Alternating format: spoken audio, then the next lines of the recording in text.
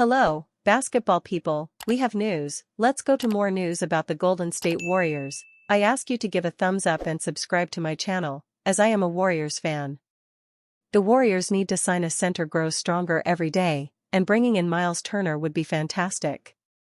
In a major report on Antetokounmpo's future on Thursday, NBA insider Jake Fisher of the Stein Line revealed that some teams believe the Bucks could also look to move veteran pieces like Turner, Kyle Kuzma, and Bobby Portis. Some teams out there think the post-Giannis Bucks would want to initiate a full-scale teardown that includes trading away veterans like the title-winning Bobby Portis, February acquisition Kyle Kuzma and off-season addition Myles Turner. Even then, though, there would be loud questions, Fisher wrote. While Antetokounmpo might be the key asset the Warriors and others are chasing, Turner could still be a very valuable consolidation prize from the entire scenario. Golden State had hoped the addition of Al Horford would address their center issues this offseason, but that hasn't been the case through the first 23 games as the veteran big man struggles to integrate into his new team. Turner, likewise, hasn't totally set the world on fire in Milwaukee since his controversial free agency move from the Indiana Pacers. The 29-year-old is averaging 12.4 points, 6.0 rebounds, and 1.7 blocks per game, shooting 43.5% from the floor and 38.8% from three-point range. The Warriors have been linked to Turner previously, and rightly so given his skill set would be a perfect complement to Draymond Green in the front court. Furthermore, Turner's $25.3 million salary this season aligns him near perfectly with Jonathan Kuminga, making for a fairly obvious trade package that Golden State could send if Milwaukee want to dive into a rebuild of sorts. Turner would give the Warriors more defensive upside than they currently get with Quinton Post, and also more of a shooting threat than what Horford is providing as the 39-year-old sits at under 30% from three-point range on the season. Adding Turner would also alleviate Golden State's starting center concerns, something they've needed to address for a few years and which Horford would only fix in the immediate short term if he eventually finds form. Warriors Instant Analysis: Jimmy Butler leads winning effort in return to Chicago. Jimmy Butler returns to lineup, puts up well-rounded stat line as Warriors win second straight. The Warriors are no strangers to one of their players receiving loud cheers from what should be hostile crowds on the road. But instead of Steph Curry, the usual suspect, it was beloved former Chicago Bull Jimmy Butler who enjoyed a rousing ovation from the United Center crowd on Sunday night. Butler played the first 6 seasons of his career for the Bulls and made 3 All-Star teams. He rewarded his still supportive Chicago fans with 19 points, 8 rebounds, and 6 assists in his first game back in the Windy City since his Golden State debut on February 8. And just like that night, the Warriors came away with a victory, this time in 123-91 triumph that gave them 2 wins in a row. "I had to make some shots, be aggressive, and do whatever it took to win," Butler said at his locker. "A lot of guys played incredibly well tonight. Playing against a Bulls defense ranked near the bottom of the league in most defensive categories, the Warriors waltzed into open jump shots and layups for most of the night." The Warriors led by as many as 24 in the third quarter, although a 14-0 Bulls run at the end of the period cut the deficit to just 10. Butler scored 5 quick points, a layup and a stare-down triple, to help push the lead back to 16. He made another fadeaway three-pointer a few minutes later to give the Warriors a 22-point lead with 7 minutes remaining. They scored 40 points in the paint, made at least 23 pointers, 22, for the third time this season and raced out to 16 points in transition. Brandon Podziemski put in 19 off the bench, Quinton Post scored 19 and made 5 three-pointers, and DeAnthony Melton returned to the lineup and scored 12 while playing stellar defense. For the third game in a row, the Warriors held an opponent to under 100 points. "We're taking away more of the easy stuff, and some of that is taking care of the ball," Kerr said. "It felt like we were more in control of the game the last few nights, and when you're in control of the game, you feel like your defense is set up." Golden State improved to 13-12, and will now have 4 days off before playing at home against Minnesota. Green, Horford, Curry update. Steph Curry has missed the past 5 games, but he is on track to return for Friday's home game against Minnesota. Hampered with a quad injury, he has remained in the Bay Area while healing. The Warriors announced on Sunday afternoon that Curry is making good progress and that he is expected to practice on Wednesday. Warriors coach Steve Kerr told media on Saturday that the team will have 2 days off on Monday and Tuesday. So it was no surprise that the team decided to hold Horford, sciatica, and Green, foot, out for one more day. The Warriors will not play another game until Friday. Makes sense to give them 4 days before the next game. Let's be safe, Kerr said. Kuminga glued to bench. 24 hours after starting against Cleveland and shooting 1 of 10, Jonathan Kuminga found himself relegated to the bench on the second night of the back-to-back. He did not play a single second. Kuminga has not played well since coming back from missing 7 games with a knee injury, shooting just 12 of 40 and committing 12 turnovers. He was not on the pre-game injury report, and is not the first time Kuminga has found himself outside of the rotation despite being healthy. Kerr dropped Kuminga from the rotation late last season and into the playoffs. After signing a new $46 million extension in the offseason, Kuminga began the season as a starter. However, after a poor run of form, he was moved to the bench after 12 games. At the end of the day, I have to be a professional, Kuminga said. It's things that happen, it's happened before and is happening now. I'm just staying positive. Spencer Homecoming.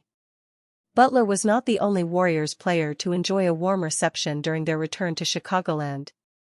Starting point guard Pat Spencer was swamped with well-wishers in the Windy City. The former Northwestern basketball player responded by putting on a show for the United Center crowd. Coming off his first start, the breakout third-year pro continued his stellar play by putting up 12 points and 6 assists. Steve Kerr explains why he pulled Jonathan Kuminga from Warriors rotation. The Golden State Warriors didn't need much help extending the Chicago Bulls' league-worst 7-game losing streak. They didn't even need Jonathan Kuminga to suit up. Steve Kerr leaned on Jimmy Butler in his return to secure a 123-91 road win, with the former lottery pick being a healthy scratch. When asked about that decision, the Warriors HC claimed that it was all due to the roster's depth and the fit around Butler. Steve Kerr says Warriors have too many mouths to feed. Just because of the way our team looks, Kerr said after the game, per ESPN's Anthony Slater. And Jimmy came back tonight, JK started last night, they play the same position, we got a lot of bodies. And so with Jimmy, Butler, coming back tonight, it made sense to play the other guys cause they complement him really well. Kerr has been openly critical of Kuminga in the past, claiming that he would keep the conversations they had about his role with the team private. He also said it's not anything unusual. Just like everybody else who's in this position. It happens to everybody pretty much, other than the stars. Guys come in and out of the rotation depending on who's available, how the team's playing, Kerr continued. We've got a lot of mouths to feed. And this is what we decided to do. Kuminga's desire to leave the team and reluctance to take a deal promptly hurt the Warriors' chances of making moves in the offseason. Then, his questionable effort and even worse attitude didn't do much to help the team's case earlier in the season. As such, it's hard to believe he's ever going to play a meaningful role on this team, at least for as long as Butler is healthy. He'll be eligible to be traded on December 15th, so he may have even played his final game with the organization. Warriors signed 6'9" former Thunder forward to assist Stephen Curry. The Golden State Warriors had an open two-way spot entering the new week, and elected to use it before Monday evening arrived. According to Hoops Hype's Michael Scotto, the organization signed a 6'9" former Oklahoma City Thunder forward to assist Stephen Curry. Golden State Warriors and Malavi Leons have agreed to a two-way deal, Scotto reported on X/Twitter. He played 6 games for the OKC Thunder last season. He's averaged 14.6 points, 51% field goal shooting and 44% three-point shooting, 7.6 rebounds, 3.0 assists, and 1.8 steals in the G League. Leons, who spent 3 seasons with Bradley before taking his talents to the next level, competed with Thunder during the 2024 NBA Summer League to begin his professional career. Although Leons didn't make the Thunder's opening night roster, he inked a deal with the franchise shortly after getting waived and averaged 0.3 points to go along with 0.5 rebounds in 6 outings. Unfortunately for Leon's, though he didn't get a chance to win an NBA championship with Oklahoma City because he was waived before the end of the regular season, he spent most of the 2024-25 season with the Thunder's G League affiliate, the Oklahoma City Blue. The IJmuiden, Netherlands native secured an Exhibit 10 contract with the Thunder this past season. However, for the second consecutive season, he was released before the start of the regular season. It'll be interesting to see what Leons can accomplish in a Warriors uniform moving forward.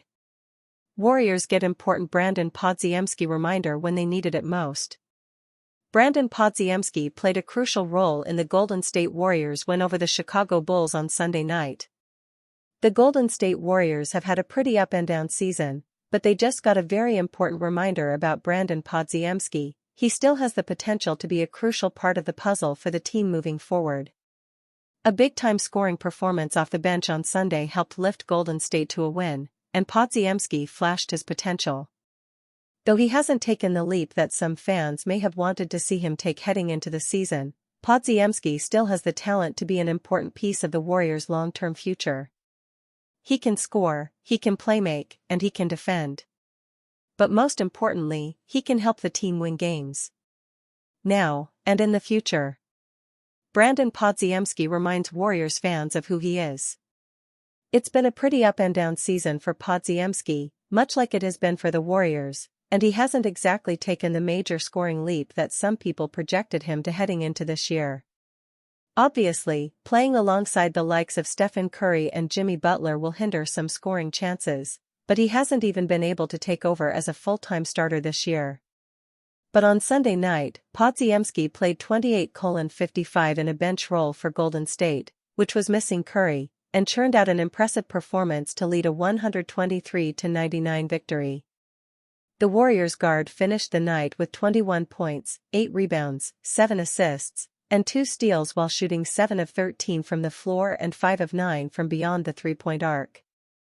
It was one of, if not the most complete game he's played all season. At just 22 years old, Podziemski is still very early on in his NBA career, and he has plenty of time to learn and grow as a player with the Warriors. But every once in a while, it's still great to see some results come along.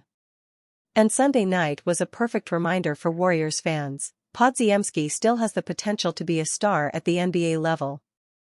The next step will obviously be to string together these types of performances on a regular basis, but that all has to start with one, and perhaps Sunday was just that. So, even though Golden State has slogged its way through the season thus far, with injuries and other problems holding them back, fans can use Sunday night as a friendly reminder that the team's young core is being held down nicely. Warriors cut ties with 6'8" forward involved in historic Kevin Durant trade. The Golden State Warriors were involved in the historic 17 Kevin Durant trade last summer. They weren't the main course, which was KD moving from the Phoenix Suns to the Houston Rockets. But the Warriors got involved as teams figured out how best to maneuver picks and players and money around in a variety of smaller deals. That involvement took a turn on Monday, when the Warriors waived one of the players they had added in the trade. Alex Tui has been cut loose by Golden State on Monday, according to NBA insider Jake Fisher. Tui was one of 2 pieces who moved to the Warriors in the deal, along with Jahmai Mashek. And Mashek is already long gone, now in the Grizzlies organization. The 6'8" Tui is from Australia and was the number 52 overall pick by the Suns in the 2025 NBA draft. Tui hasn't played a minute for the Warriors yet, and he's also been dealing with a knee injury. Before coming to the NBA, Tui played 2 seasons for Sydney in Australia's NBL. There, he averaged 9.3 points, 3.9 rebounds, 1.1 assists, 1.0 steals and 0.7 blocks per game. He shot poorly from three-point range, 28%, though, which might limit his long-term upside. Another team could choose to pick up Tui and give him a chance, but if that doesn't happen, he could also return home and get solid minutes in the NBL. Jonathan Kuminga's DNP Sunday lights fire under renewed trade rumors. It is no secret that Golden State planned to test the trade market for Jonathan Kuminga around the trade deadline. That's why the team played hardball with him last offseason, pushing him into a more tradable contract, a 2-year, $46.8 million deal with a team option on the second year.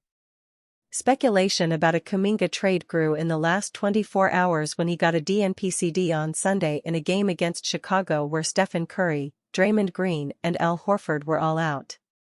The benching came a day after Kuminga had a 1-of-10 shooting outing in a loss in Cleveland. "Just got to keep going, just like everybody else who's in this position," Warriors coach Steve Kerr said after the game, trying to play it all down, via NBC Sports Bay Area. "And it happens to everybody, pretty much, other than the stars. Guys come in and out of the rotation depending on who's available, how the team's playing." Kuminga is averaging 12.4 points and 6.3 rebounds a game this season, but the numbers don't do justice to the roller coaster road to get to this point. Kuminga averaged 16.2 points a game on 53.7% shooting through the first 5 games of the season. The Warriors were 4-1 and Kerr said he thought Kuminga was a permanent starter for the team. But things began to slide after that, and 8 games later Kerr moved Kuminga to the bench. Kuminga missed the next 7 games with knee tendonitis. Since his return, Kuminga has averaged 7.8 points a game on 30% shooting. Golden State still plans to test the Kuminga trade waters around the deadline. He cannot be traded until after January 15, reports Anthony Slater at ESPN. The Warriors are expected to explore the Kuminga trade market in the weeks ahead as the probability of a split before the February deadline remains strong, according to league sources. There may be a team willing to take a flyer on Kuminga, believing a new setting and an offense that better suits his style, more one-on-one isolation attacking, could be the ticket. However, circumstances have changed for the teams reportedly interested in Kuminga last summer, Sacramento and Phoenix, and their current level of interest is up for debate. Kuminga's ongoing minutes fluctuation under Kerr isn't going to help his trade market, either.